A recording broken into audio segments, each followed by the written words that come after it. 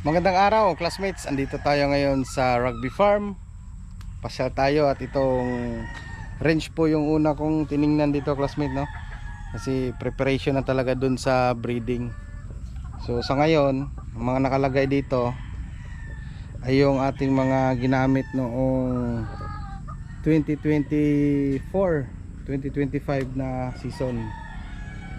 Pero yung iba na okay ng balahibo nandun na mga classmate.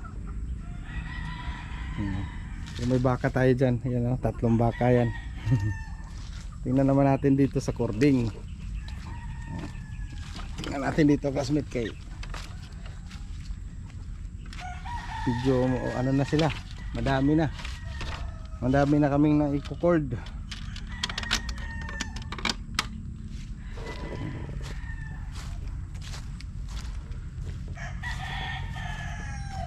Maganda na yung spacing niya pero kunti lang yung may ilalagay. Pero kung aabot naman sa dulo classmate, yan, siguro kulang pa ako ng mga ano, ilan ba to? 1, 2, 3, 4, 5, mga 20 TP pa dyan. Pero itong range area na yan, gagawin ko rin yung ano, cording pag napuno talaga dito sa pinaka main cording. Bago tayo dyan, ayun, madami na yan ang classmate, oh.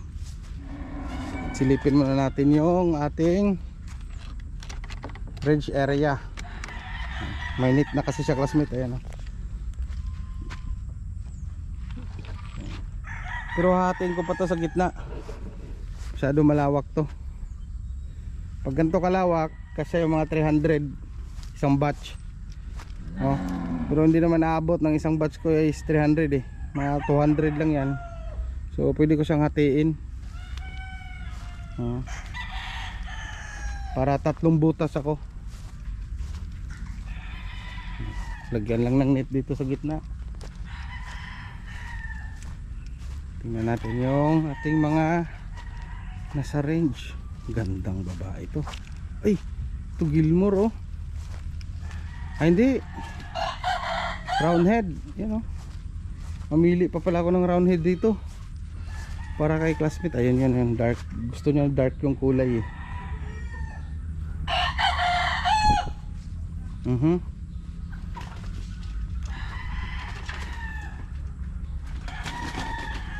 Yung mga lalaki pa, dami pa to. Lagpas 10 pa to. Dito na muna kayo, te. Opo, nakauwi po.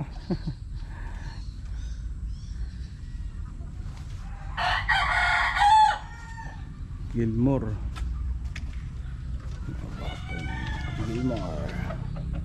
Diyan muna kayo.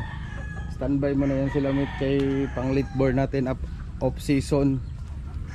Kasi sasali tayo sa expo ba.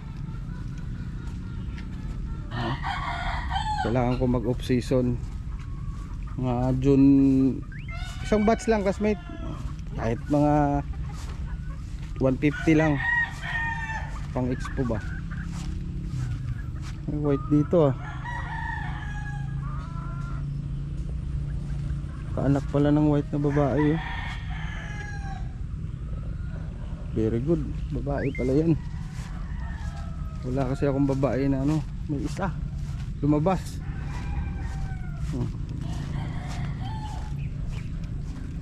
Maluwang to classmate, oh. Kada butas kahit 200 lang, ayos na yan. Oo, 150.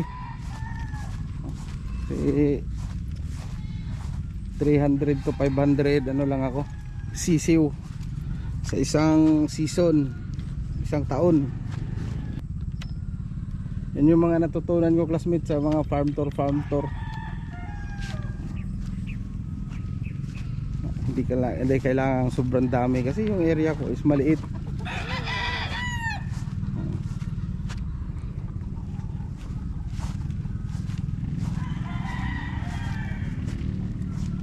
Grabe yung mga katawan ng mga manok na yan, oh. Ang lulusog.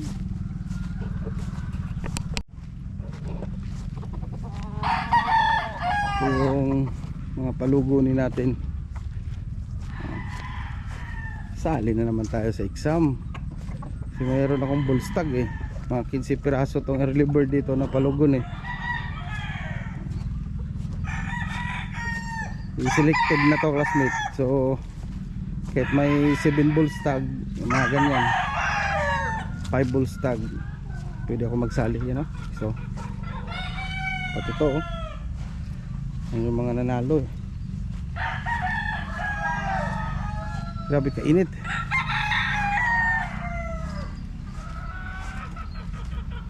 Gandang sweater din to oh. Broadstag din yung laki niya nito oh. Mga 1 month pa, matured na to. Pulang pula yung mukha at saka mata oh. Yun yung mga hinahanap kong katangian classmate, mata. Particular ako dyan sa mata, dapat red eyes. So yun lamang po, maraming salamat. Alright.